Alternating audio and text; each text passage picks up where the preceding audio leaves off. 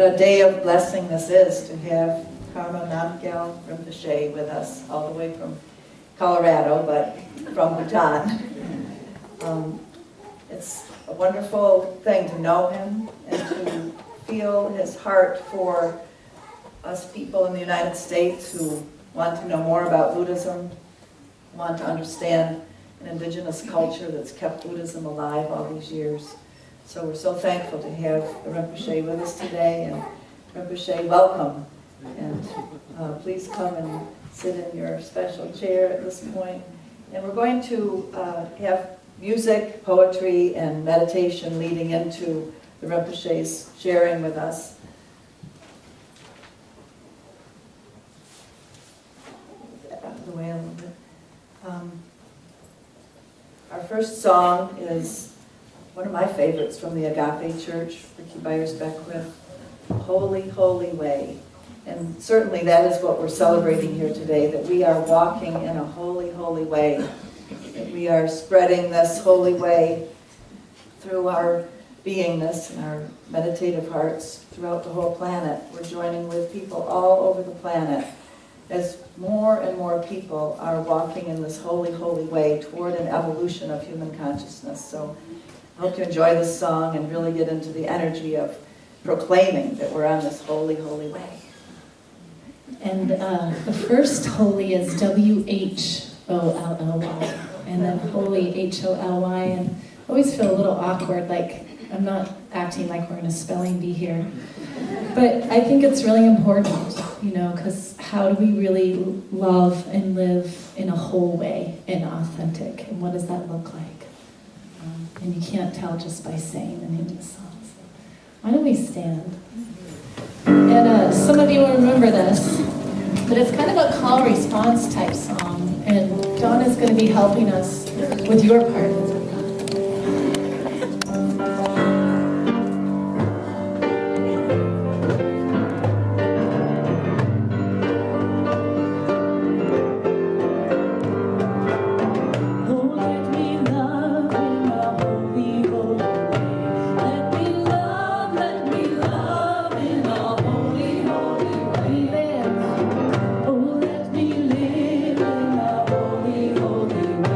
Let me live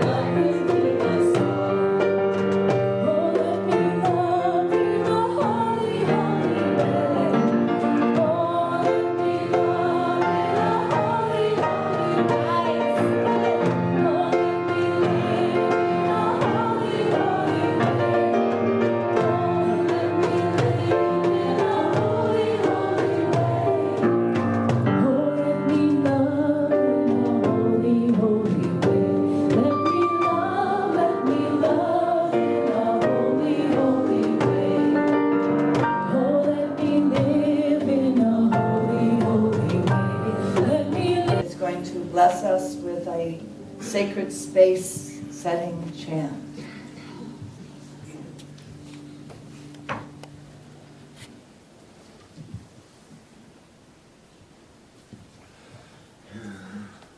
It is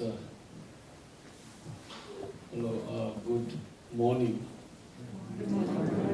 So it is wonderful to be here in beautiful church. And it's a sacred campus. This is also a sacred temple. And I am just bringing some very sacred chant, which is I learned in Bhutan while I'm age 6, 7 years old. And then I went to Tibet 1995. I was in Tibet for 6 months. And what I learned the chant, which is my teacher taught me. So when I look at in Tibet, it is there. So the chant, after the chant, they built that temple. It's which with a lot of obstacles. So the chant, which I learned from my teacher, when they do the chant, all the obstacles removed. And that's why they built that wonderful temple in a long time. So I went to see that temple. And after that, when I come back here, whenever I go in the places here in the United States, even people ask me some house blessing, I do this one chant. So I will do this one very short. So.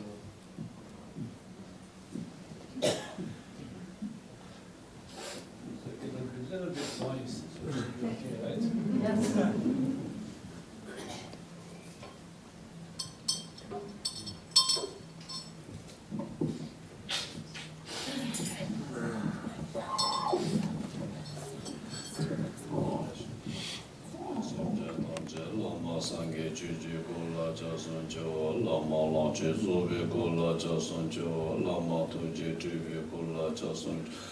Lama Sangye Rinpoche La Ja Sun Je Wo Doji Chanchen Tinle Naro Tamma Pa Mela Gomba Tasa Pa Napo Panta Penden Tubas Kage Lama Namla Suma De Rashi Tupta Jamsa Tamre Se Leja Dati Jumla Jamsa Chut Nyanga Reba Tsunni Chigi Maba Loza Shala Suma De Yada Zobe Sangye Tamje Da Cheta Navi Gendi Chineba Cheta Namba Yewa Machibi Jizimele Shala Suma De Shiji Kala Kenra Kikoge Zibe Yeto Dichinle Lapa Jeye Demba Kinto Sizebe Kage Rinpoche La Suma De Jide Wanchu Tuji Lapte Jage Chenze Dabla Geva La Bende De Sonchea Doi Nyengo Wanamge Shabla Suma De Kempe Mare Mebe Tsojam Shinzaye Jendo Yo Amendo Wanube De Bojam Jelaye Langa Wanamge Shabla Suma De Kamso Semje Kuwa Ledech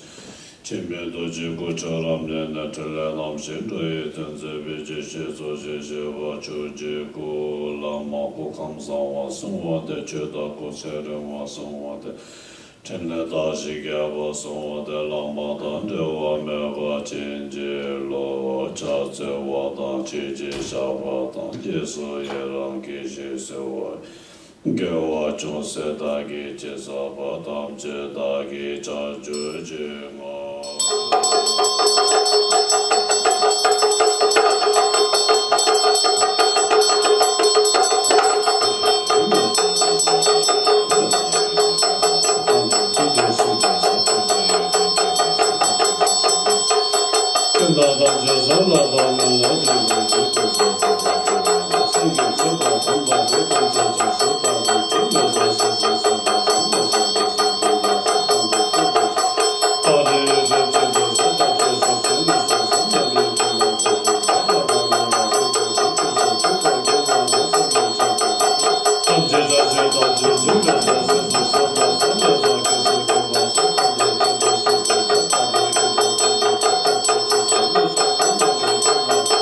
Baba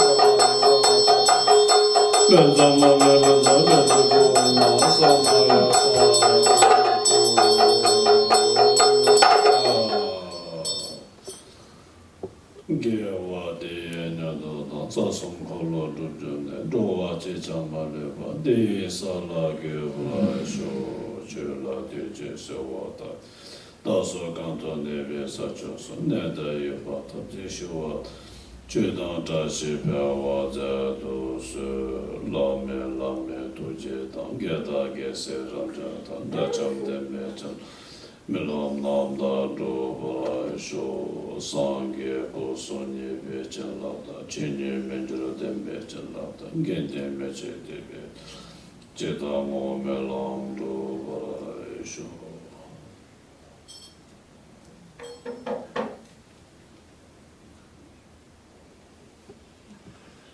So Norma will hit that singing board 3 times, then we will meditate 1 minute, okay?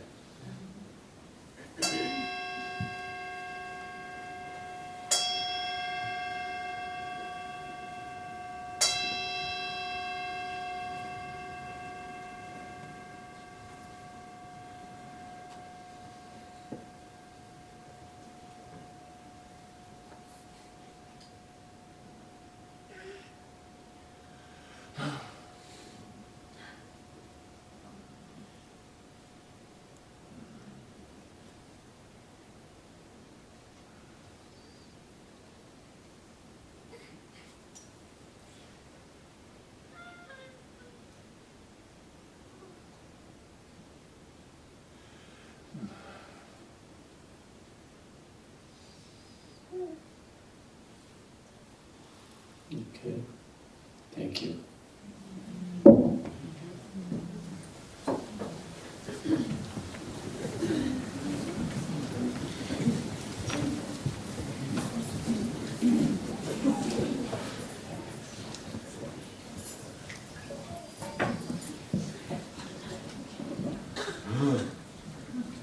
Thank you. This song called Let Go is by Eostar. Some of you may know her. And woven within the song, I'd love for you to sing it with me, is the Buddhist words, Om Gate Gate, Paragate, Parasamgate, Bodhisvaha. And I believe that basically means, and Rinpoche, if you have anything to add to that, please do.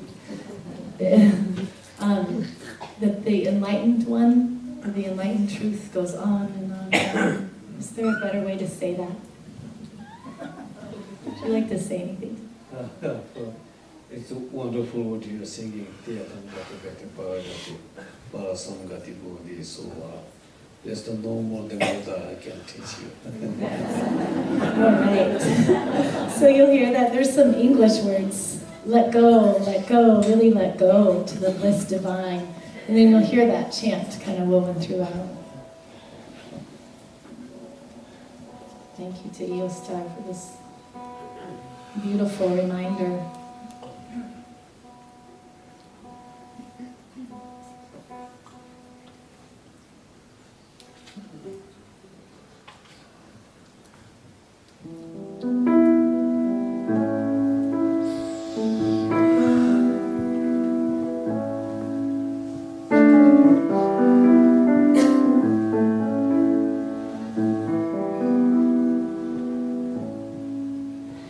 Each of us is a shining star. So look to the sky to find out who you are. Let go of your burdens and start to shine.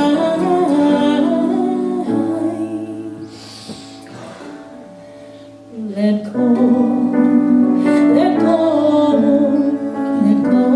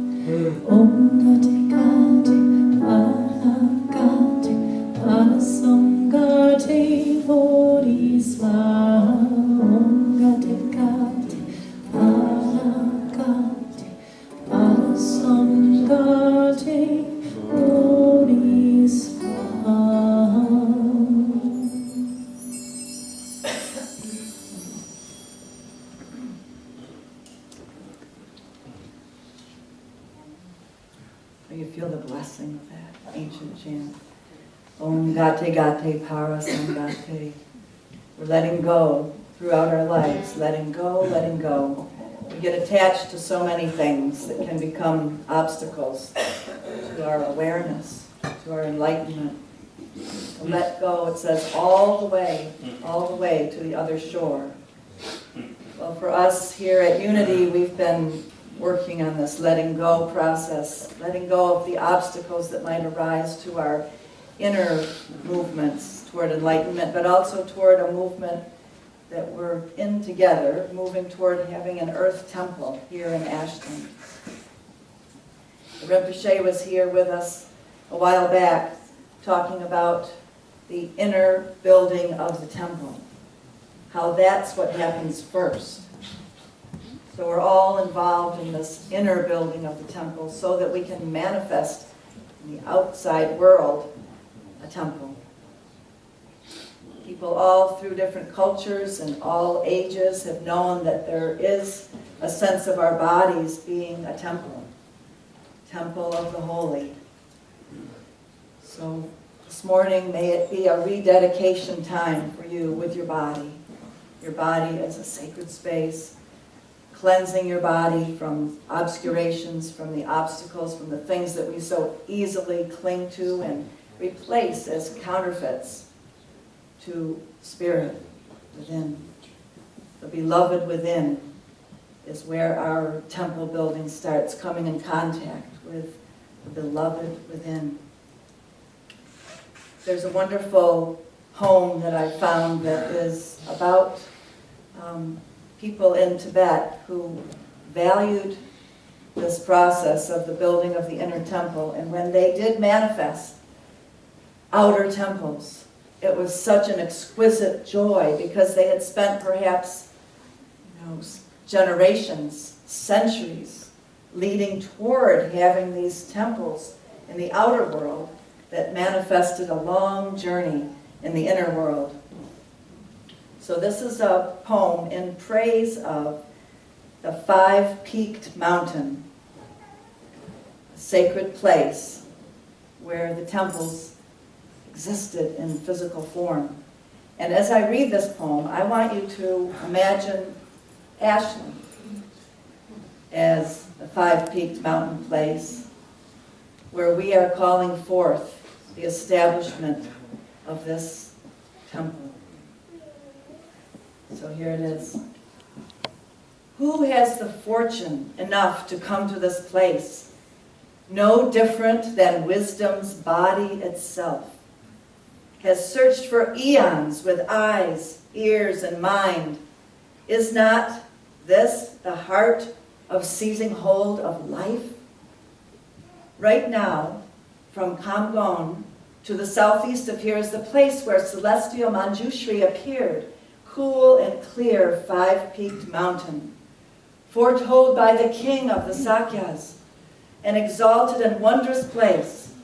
In a shrine on the slopes of the central peak, there is a temple named Bodhisattva House. In a place known as the Diamond Cave, behind the mountain, this beggar's all-knowing teacher called Rope Dorje resides. To faithful disciples who keep the holy vow, these sages may appear at times. They may appear in the form of boys or men, women or girls, all at different times. Or Chinese monks wearing robes of brown and gold, or as a destitute beggar walking about, as birds or deer, whatever one thinks, as medicine flowers or plants of the forest, as living or inanimate things. They are just pretending. They are holy. Rising high 100 feet above the mandala of lands around its base, there is a sign leading to untainted freedom. Those who wander throughout their lives will reach the mountain of five lovely jeweled peaks. And I just picture this as people wandering all over the planet Earth looking for the holy. And some of them will come upon Ashland. Some of you, some of us have come upon Ashland and have these feelings about it. A mountain of five lovely jeweled peaks blazing with splendor that chases the midnight sky. A sign that the work of five wisdoms is protecting beings without end. Have you ever felt that way about being in Ashland? On turquoise meadows and on glittering fields are wildflowers, 100 different hues. These are a sign that virtue, goodness, deep and certain, abides here. This will give birth to joy in each thinking person. A host of six-legged bumblebees perform a song and dance. They sound and soar here. Unanalyzed, they offer a chance for joy, displaying a wondrous vision of causation. Rivers and streams in abundance with eightfold virtues, there are many here, flowing and cascading, sounding sweet. A sign that love and mercy, joy and calm protect all living beings, mothers everyone. The forests that are roused by cooling winds with rustling, shaking blue and green-hued leaves are a sign that calls out to the great way, the fortunate who awake to their nature. Clusters of sweet, 100-flavored fruits, ripened well and heavy, bow the trees, a sign that the glorious fruit of liberation is at hand. Flocks of sweet-voiced, finely feathered birds fly everywhere, melodies like sitars playing, a sign that those observing the Four Noble Truths are given assurance with momentous advice. Oblong-eyed and handsome deers in herds traverse the peaks and valleys so relaxed they mingle with humans. A sign that the joyous path to full nirvana is at hand. cliffs, a many-storied mansion high, possess the splendor of many a sparkling light, a sign that the Buddha body's higher plane is flourishing with virtuous qualities without end in our midst. Herbs that cure 100 wicked ills, letting off a satisfying scent, a sign of that billows of skill and wisdom solve the plight of life and liberty. Above the sky is filled with massive clouds, at once displaying infinite designs, a sign that the defender lion speech displays, playing out this threefold mystery magic. So in this place, the holy things of Buddha and all Buddha's children, sons and daughters alike, measure beyond number in a marvelous way. In this sacred place, there are chapels and stupas, 10,000 and more, arranged for the faithful, merit-filled field.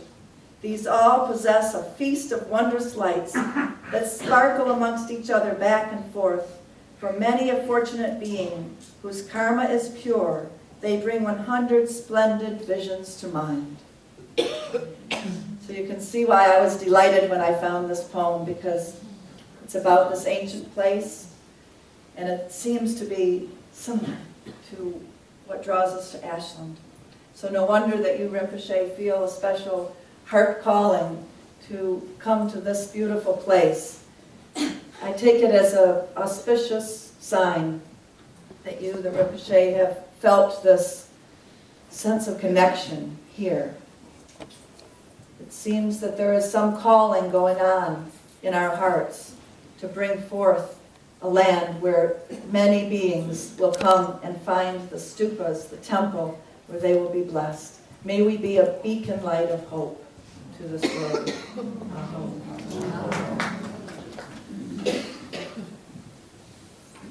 This next song is a wonderful song about help, asking for help from Spirit. Help us find our place.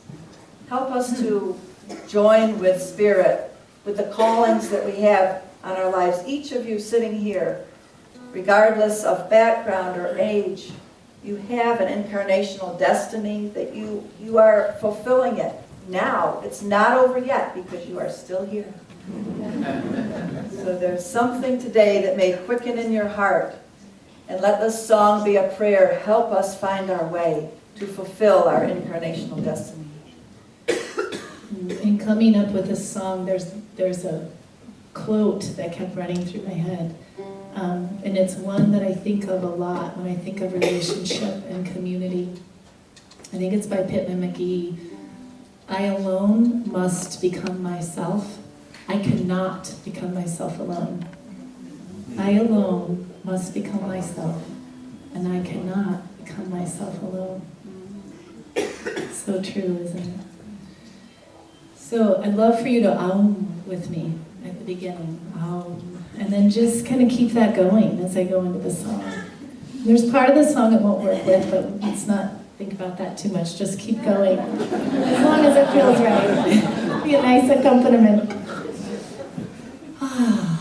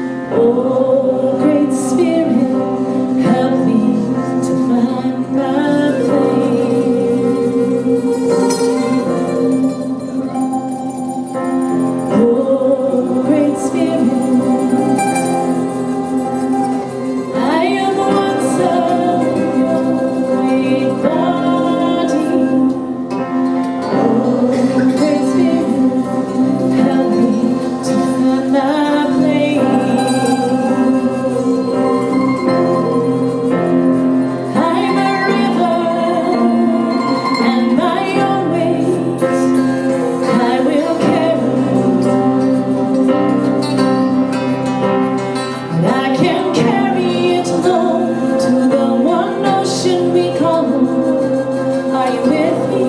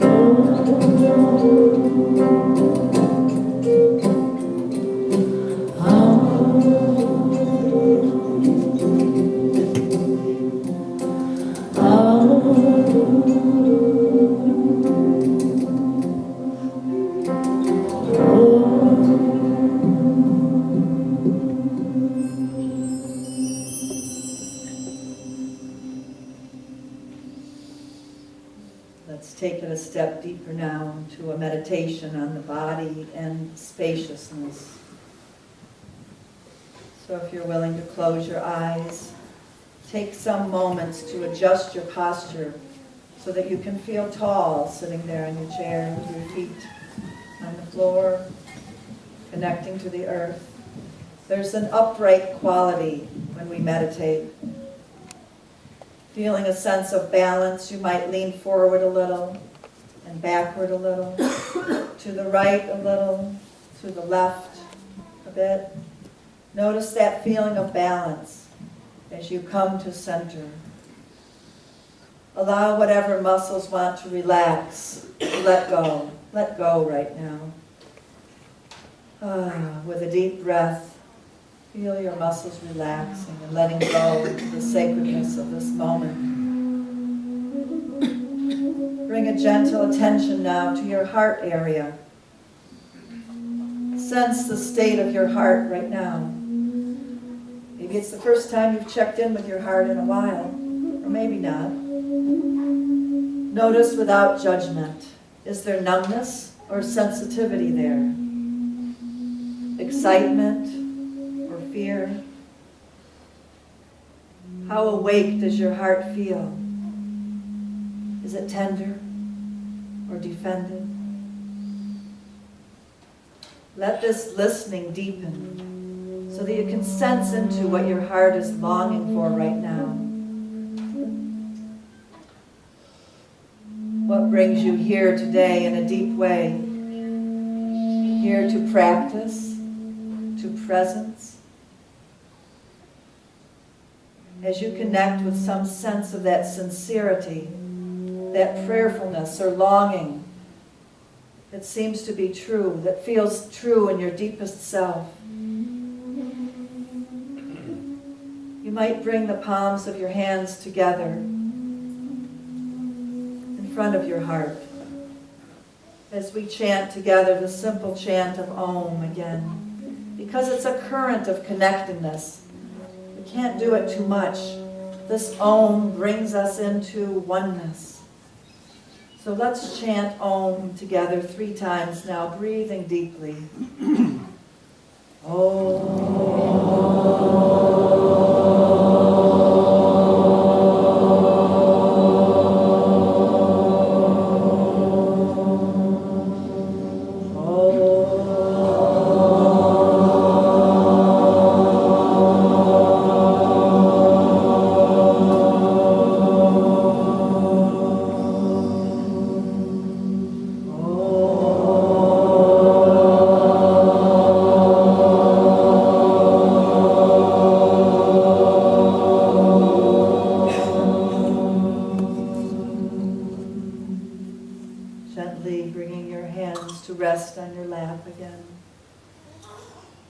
aware of your body sitting here. Your body, your precious body, breathing. Consciously extending the breath so that the in-breath is full and deep. And the out-breath is very slow. Releasing outward, letting it all out, letting it go. Again, letting the in-breath be very deep and full and slow. And again, a slow out-breath. Feeling the sensations of the breath as you release, letting go slowly, fully, relaxing, releasing, and then allowing the breath to come back to its natural rhythm. Notice the quality of presence that's here in your breath.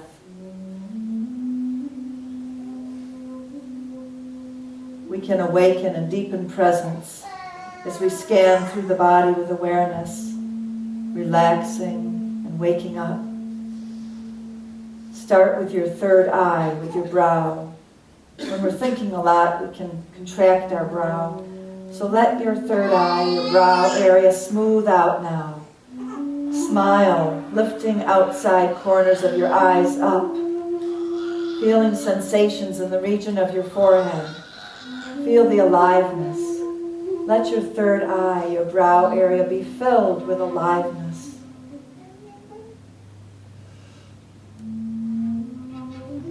Let your shoulders fall away from your neck now, bringing the awareness inside the shoulders. Notice if there's any tingling or sensation of tension in your shoulders, and see if you can let it float in awareness. Feel the aliveness and the space inside of your shoulders.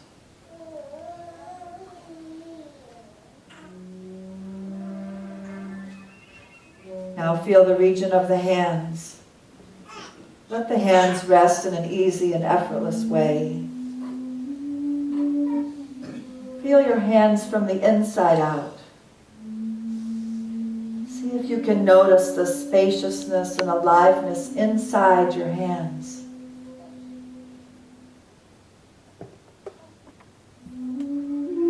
Let there be an openness in your chest. Bring your attention to the region of your heart again. And bring the awareness inside the heart this time. Feeling the aliveness of sensation and the spaciousness that's there. This interior space inside of your heart. To feel this space, you might sense the sensations of floating in space. Sense the space that is interior even to the sensations. The space in which all sensations arrive and dissolve.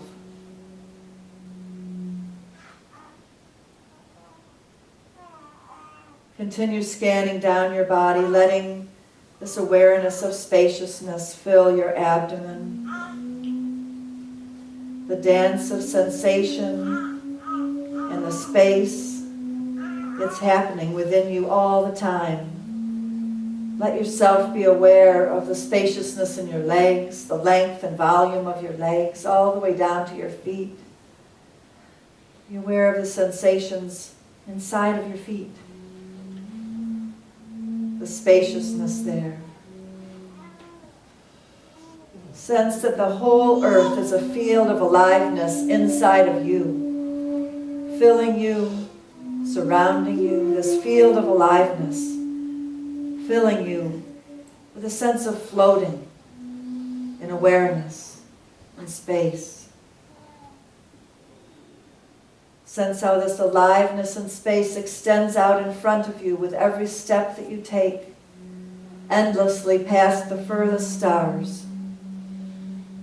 Sense how this spaciousness extends behind you to all of your ancestors, infinitely past behind you to the furthest stars. You might sense how this space extends to your left, how this space extends to your right, infinitely past the furthest stars. You might sense how this space extends beneath you, how this space extends above you, infinitely past the furthest stars. You might sense how the vastness of space around you and the interior space within you is really continuous space. Continuous space filled with aliveness.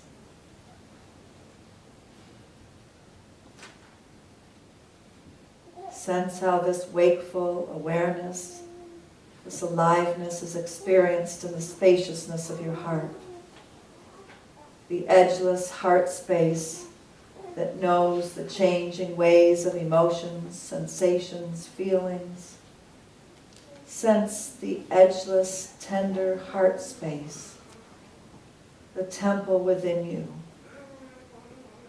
The awareness of your heart as home.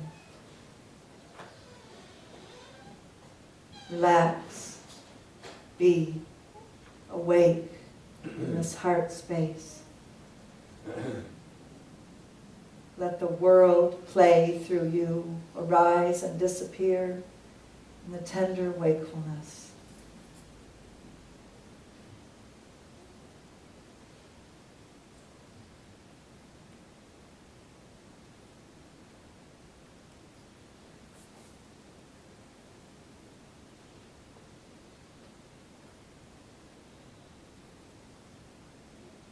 You may sense how sounds appear and disappear in this vast awake space of awareness.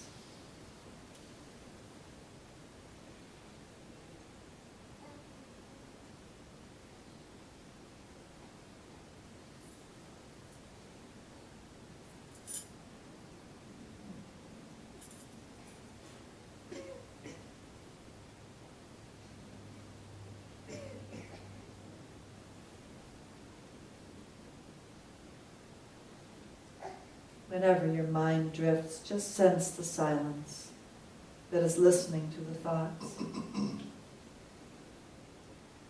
Take a deep breath and relax again more deeply into that tender heart space where all life appears and dissolves moment by moment.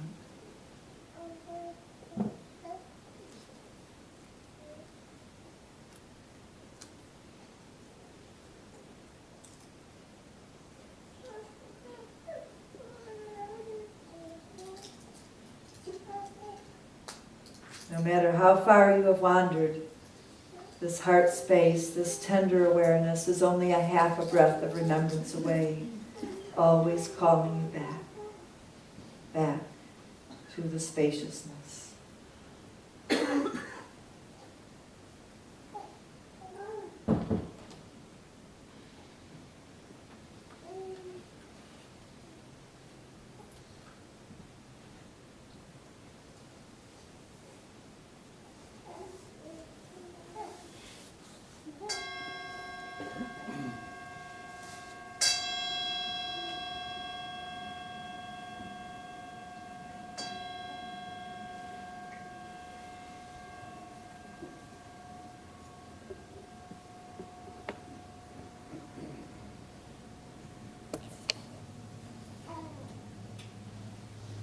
Thanks for going on that inner journey with one another.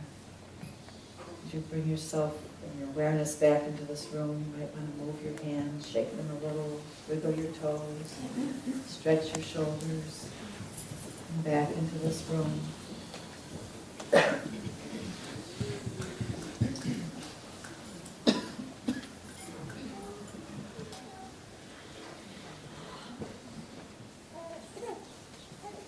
Very honored to have you, Rinpoche, with us, to talk with us today about the temple within, and what your tradition has to say to us about building this temple from within, manifested on the outside.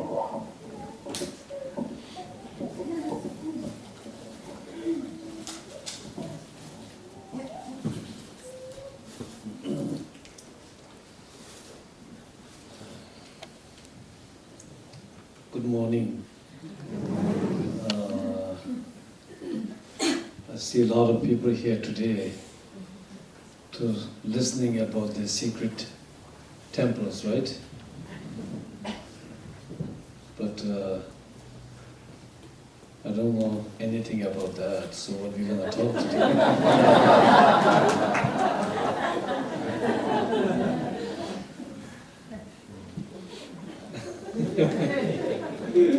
So actually, how many people I met before here? Is it? Oh, lot, yes. And how many new people are here today? Okay. Wow, a lot. So the new peoples has to be in the trouble listening something about what they need to do. When you build the sacred temple, there's a lot of work. Oh, it's a very easy piece of cake.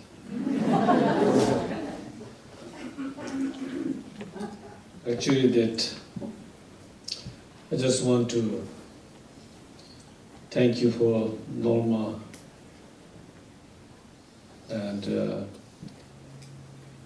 increasing that sacred temples and the healing centers, and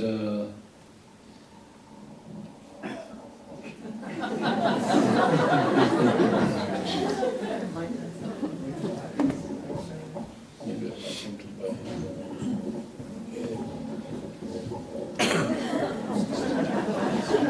I'll do it by hand.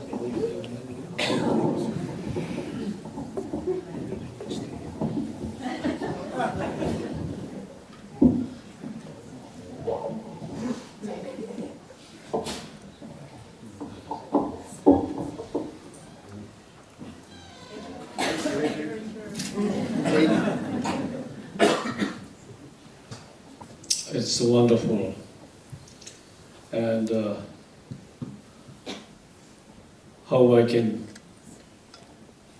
know about the Ashland place and how to get here. And the first thing is I established my Dharma Center, United States, first time in Colorado, 2004, and then 2007. And Dharma Serbi, she offered her home to be at the Burmila Center in Salem. And that is like I have the big karma being in this country. So now I'm trying to become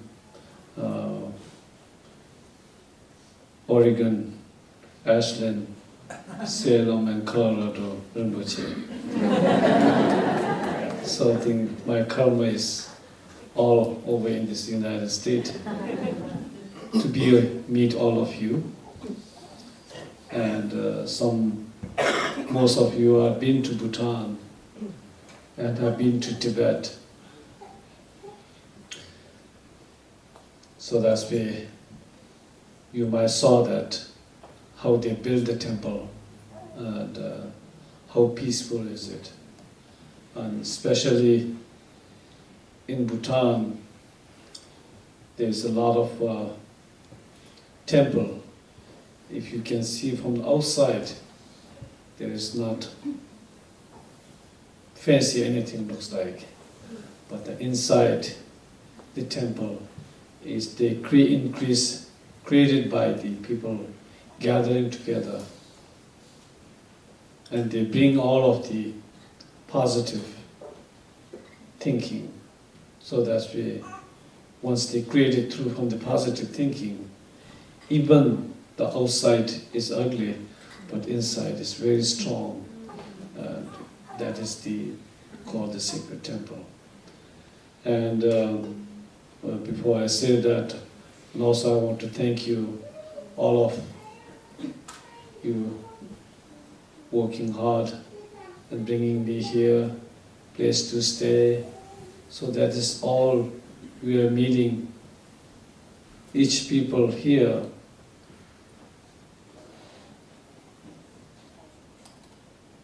with all of you and brings me here if you guys didn't work hard, didn't bring me here, I won't meet Norma, I won't meet all of you here.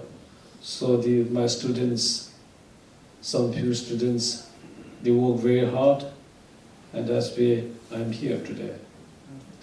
And also, I want to say thank you later with the white scarf kata each, and I will get name from her, and every name I say I can call the name and give it to you, thank you card.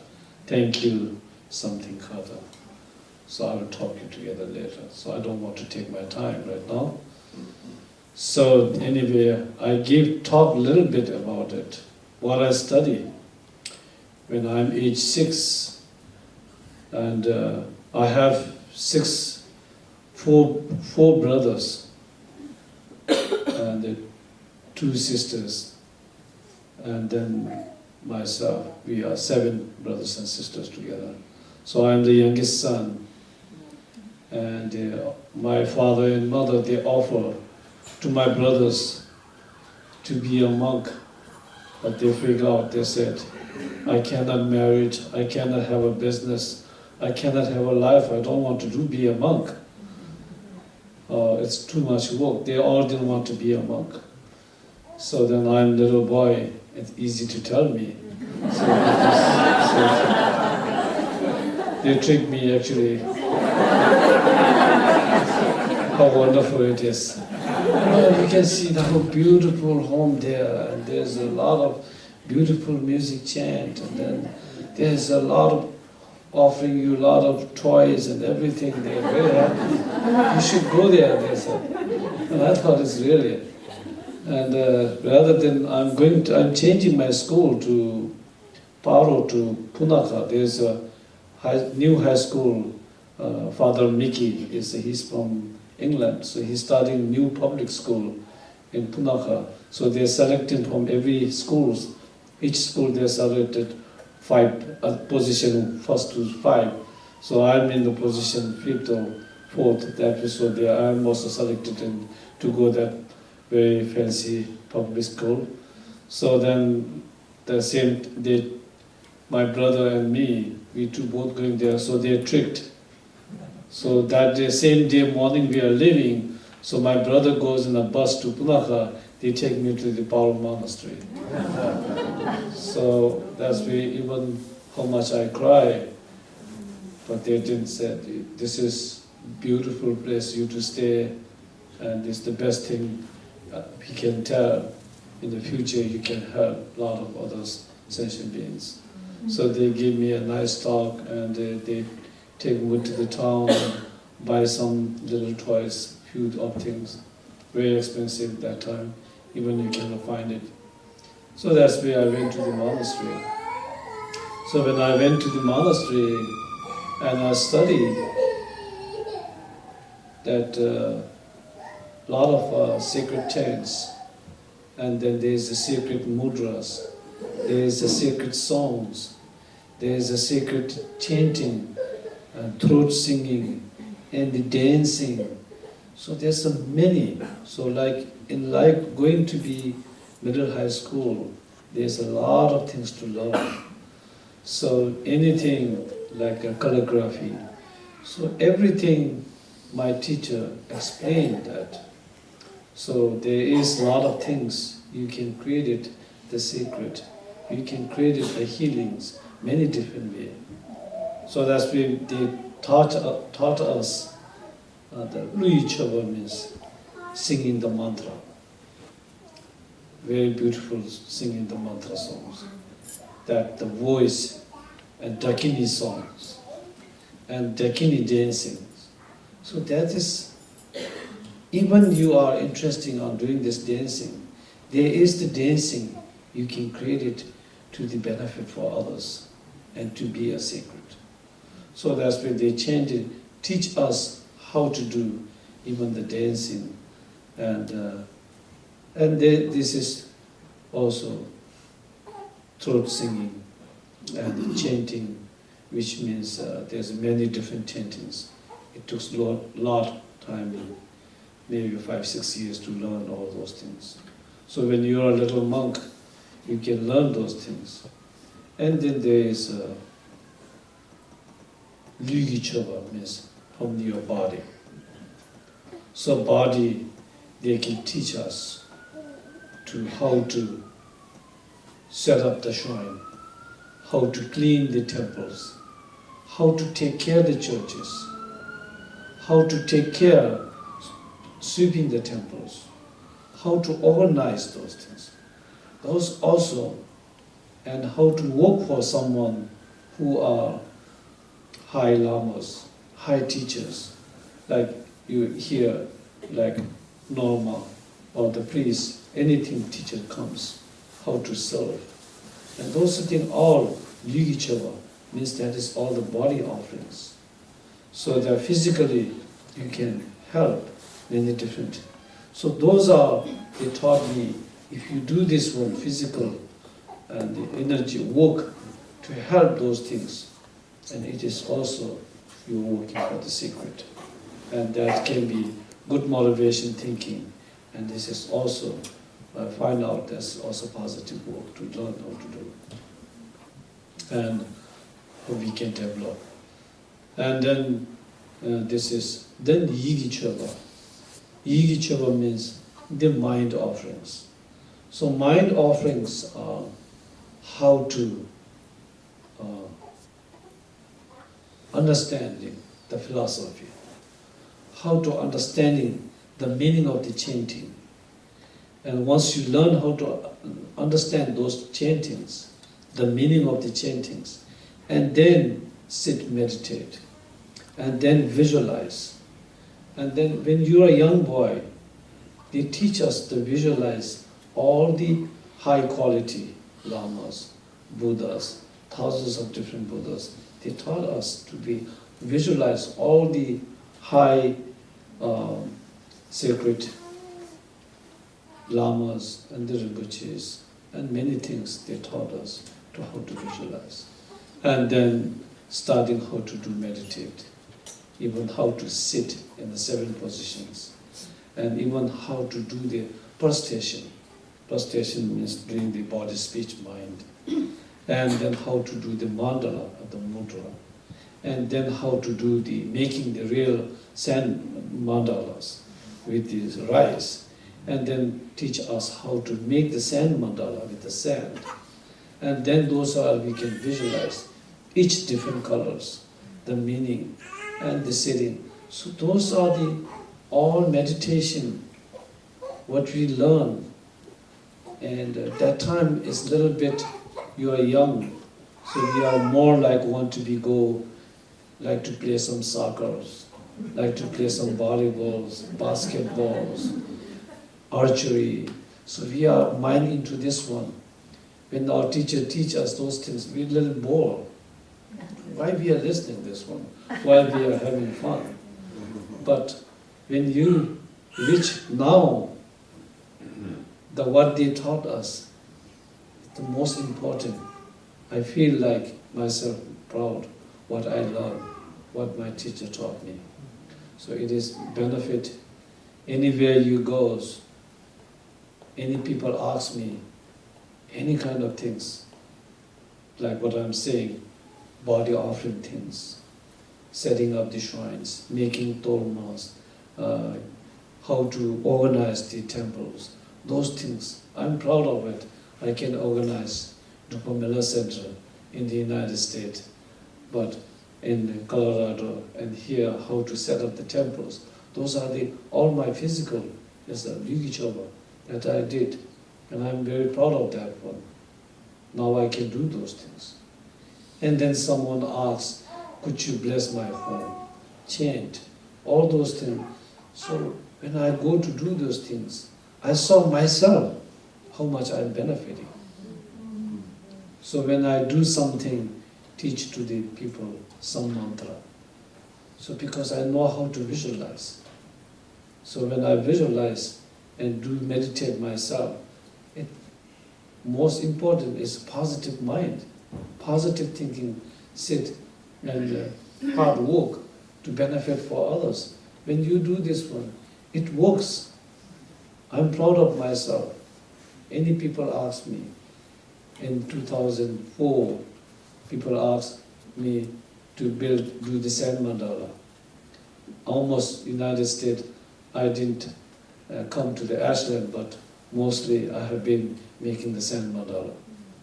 And then people, it is wonderful things. And the sand mandala also, the traditional way in Bhutan, is we didn't use any equipment like using those ones. Bhutan, we still use the finger because you need to be touched the sand with our physical hand, coming through from your physical, beautiful hand with your positive and the good energy. So when you use that one, how much you drop the sand through from your hand, it's each sand when you drop from your hand, each meaning there, each color have a meaning. So that all the sand of the color and the meanings are thinking about others to benefit. Not only for the human which we are living in this world, but also we are thinking about all the sentient beings, more than us living in the ocean, more than us living in with us. There's a lot of spirits around too. So that's why it is wonderful, and I can see myself how much benefit is it. And then His both Holiness, Bhutan Holiness Ngawan Tenzin, and His Holiness Dalai Lama, I both see of them, both are my teacher. When I'm age 14, I studied philosophy of the Bodhicitta Avatara, my first philosophy from Dalai Lama in 1985. That time I'm very young. So when I went to see him in Arkansas, myself, when I meet him, and he told me that what it's good to do in this country. He told me to do the fire ceremony, but it's already I'm doing. He's asking me what I'm doing. I said I'm doing the fire ceremony to around this United States, and he said that is the best thing. This is the one we needed. It's all about the compassion and the loving kindness. So that's where actually this all came from His Holiness Ngawan Tenzin from Bhutan. When he came to 2004 here, he and I started together doing the sand mandala and the fire ceremony. He told me to do 108. So on top of that one, when I saw Dalai Lama, and Dalai Lama same thing, this is the best thing to do. I am the residential teacher now. So my karma is bought by United States here. So I ended up coming here, and I established here, and I become the United States citizenship also. So I am really happy to share what I learned by my knowledge. So that's why I'm proud of myself doing this all energy work, with the healing work, what I know, making the sand mandalas, and they're doing water blessings, and they're doing fire ceremonies. Those are the lot of work. But if you want to benefit someone, you need to work hard. If you work hard, then there is something result to benefit someone. Even they don't believe about the Buddhism, the vibration of what I'm doing can help to heal them. Even they don't believe, even they don't like it about these ones. But even they are long distance, but they are in the United States. So I am here, but the vibration can help. But even they don't want to listen, even don't want to do this one.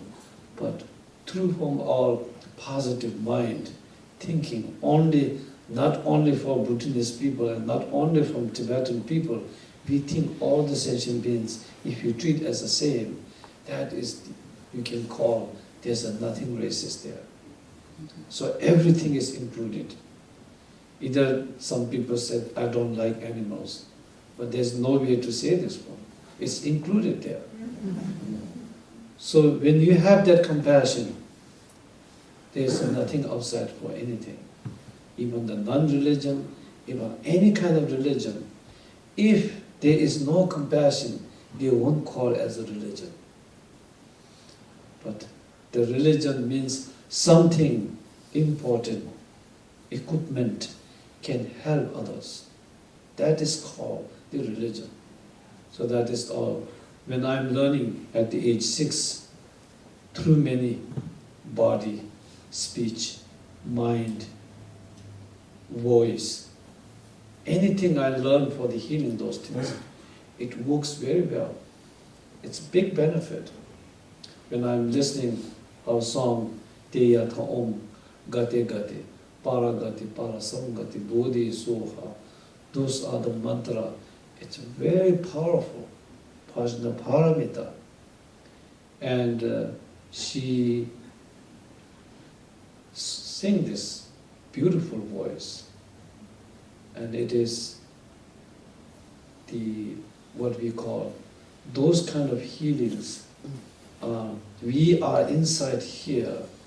Of course we hear, but the sound, how much it goes out, beautiful sound. There's more than us. There's a spirit we call, either you believe or not. There's a lot of bugs, right? You can't tell how many bacteria in one small spot. They can hear that. They can hear. If they hear, then that's what we call the Yuli Choba. That's what we call how much to benefit to. That is we call helping for them to the away from the sufferings.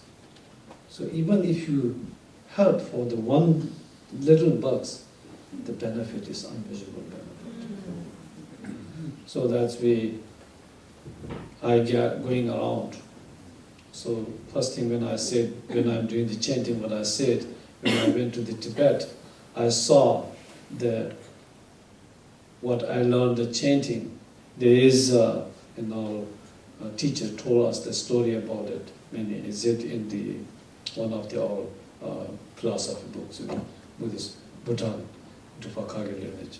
So always our teacher said, when I do this chanting, when he taught me the chanting, it's I will just make it short one today here. But there is a long, it's this much thick chanting. So that's why he said, Samye is the monastery in Tibet. So when they build that temple, there is many obstacles. Even daytime they build, and nighttime they destroy it all. And they cannot build. So the ministries all get together and to see that that time the Guru Rinpoche, the second Buddha, is there, and they ask what to do. We cannot build that temple. So that also Guru Rinpoche said, do this chanting right now what I am doing. Jim Metsa Sesu Sevasa, Metsa Kesu Kemasa, Tamritsi Sidisa, Pari Iditirisa, Tasha Sheshu Nisasa, Nyamrikena Tamjasa, Hadamilla Tifuji, Usu Tuda Gyawana, Sangi Choga Tambadi, Tamche Chanshi, Tajuchi. That is like a heart sutra. I take it out from the long one. So when you do this one, puja, if you do this puja, then you can help to build, then there are no obstacles and no evil spirit can come and destroy. So when they do this puja, and after that there's no obstacles, there's no evil spirit. It stopped and then they built. So 1995, when I'm in Tibet, I saw myself. You can still see there inside. There's a Kempo Bodhisattva who bring the Dharma in Bhutan, in Tibet. His head skilled skull is there. And there's a Guru Rinpoche seal is there. So those are the things. Tibet is, Bhutan, Tibet, never developed that country long time ago.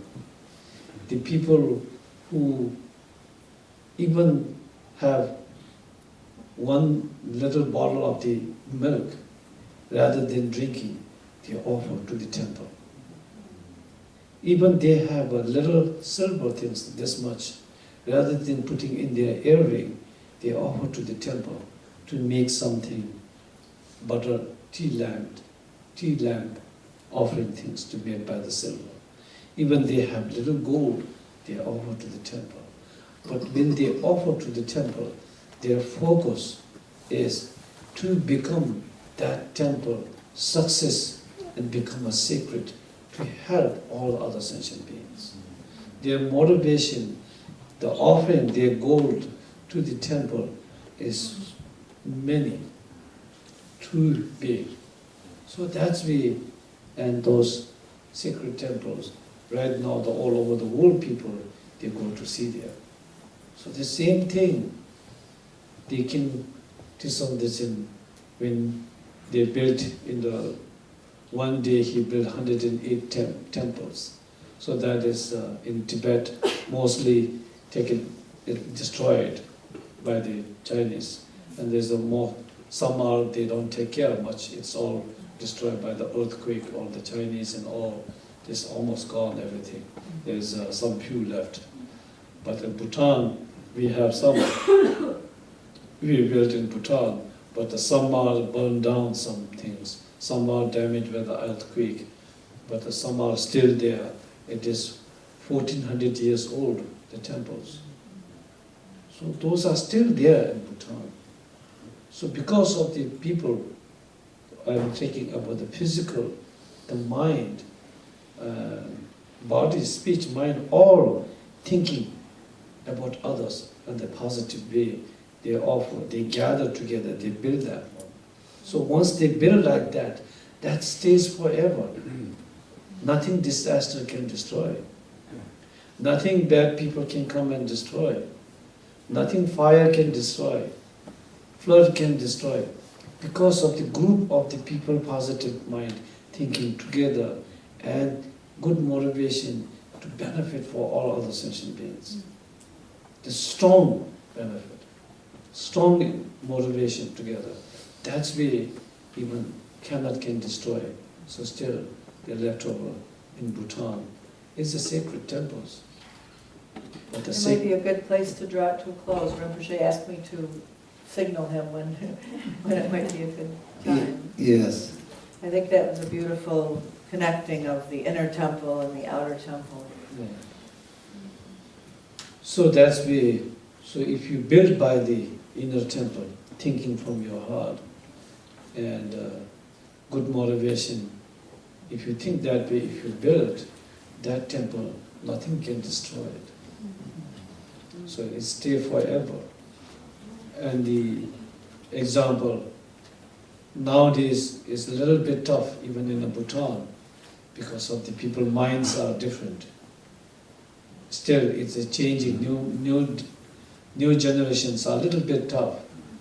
And our king's working very hard on this new generation, and it's also getting better. So, and because of the, before people, their mind, body, speech, mind, they offer to the temple, and generosity being all things, everything to the temple, and they build temples. And nowadays, younger generations, they want to drive Land Cruisers, they want iPhones, iPads, and all those kind of technology, they want it. And they people destroy some temple, or steal from some temples. They do this one. But the still most important, what I'm saying about the temple, the reason we need to build the temple place. Even the stupas there, we call the stupas, like this one, but the stupa big. So those also, there are three ways, the road like that. They built here, because everywhere comes to, it's like a traffic light. So in joint they build the temples, stupas, to protect wherever they comes to the sacred stupa, to build, to protect the wrong, whoever comes in there. And then they build the temples on the mountain, like Norma bought the healing center up on the mountain. It's beautiful. They're supposed to be like that. But here is a little bit different. The beautiful mountains all built big homes there. And the towns, it's noisy with the cars and all those things. And the houses are building because of the business. most important is business. People are in the town. So the homes are on the mountain. So in our country, temples are on the mountain and the homes are in the house. Because of the mountain, how much high mountain, if you build something and generate all the healing power, and it goes rich to with the wind, the mantra, the secret thing, everything you do on the mountain, it goes take by the wind. Wherever the wind goes, the healing goes there. So that's the reason to build up to the mountain there. Thank you, Rinpoche. Thank you so much for this wonderful consideration, teaching.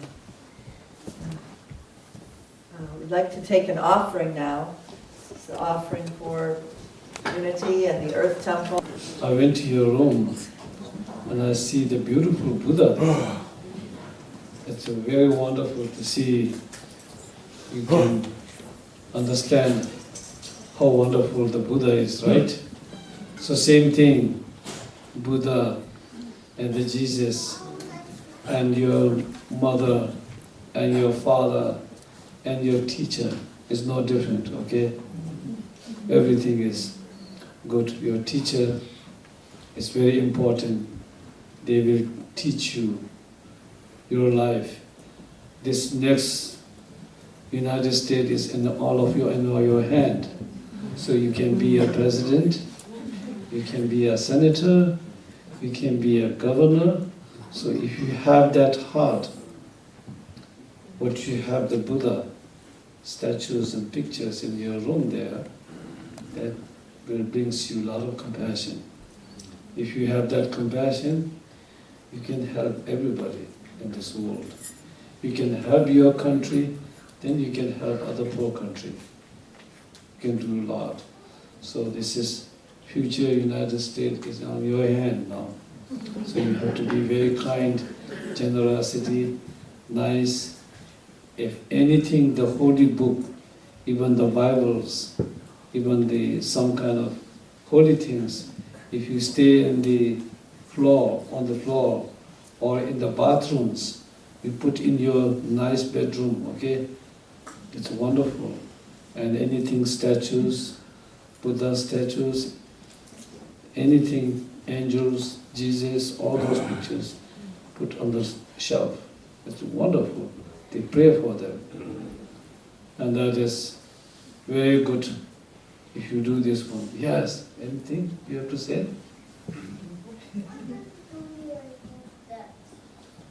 What did you say? Something about steps. Okay.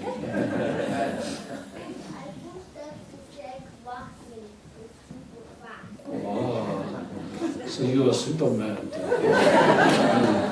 Super. Wonderful. Yes.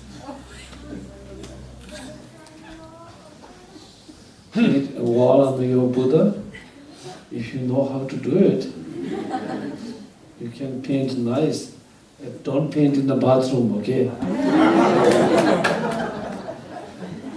Paint in the beautiful living room.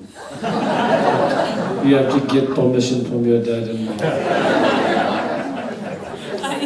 If you know how to paint very well, then they will be happy. If you paint something difficult, something wrong, then that's, oh, then they want to paint again.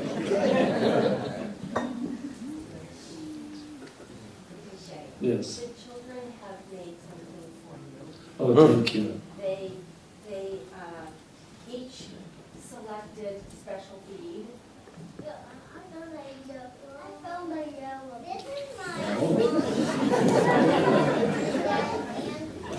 Oh, thank you. Beautiful.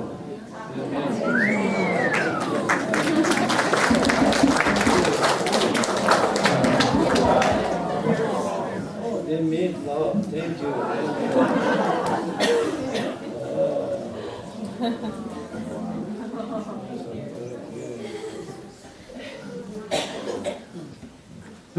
Thank you.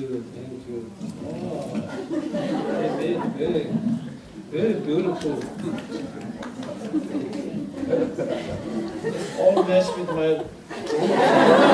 So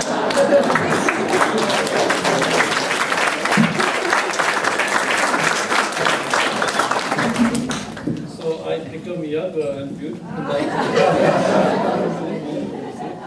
Wow. Thank you very much. We would like all of you to come back this evening if you can, and the Rinpoche will be giving blessings to you.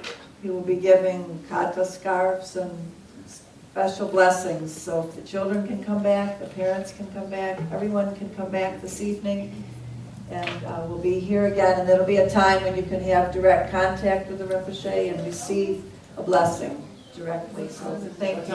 Thank you. At 7 p.m. back here tonight. I will teach you some mantra, okay? Tonight. Oh, that would be Short wonderful. mantra they can do. So right now we are. Right now, we're bringing our time together to a close here. Can give right now this one? Or can give this one right now? Well, okay, yes, you can. If you want. All right. So what's being prompted is that we could do it tonight, but they're bringing up that we could do a special offering for while the Rinpoche is blessing the children with these special colorful strings. We could take a second offering. We were going to do it tonight, but maybe while everybody's here, it is a good time to do it. This is an offering especially for the Rinpoche, and to gift him from the depths of your heart with a blessing of money offering to help him on his journey. So I was going to leave it till tonight, but I think while everyone's here today, it is a good time to take the second offering and to have the Rinpoche be able to hand the children who are here right now these blessing strings. So why don't we go ahead and be singing the song while the second offering is being taken. Thank you so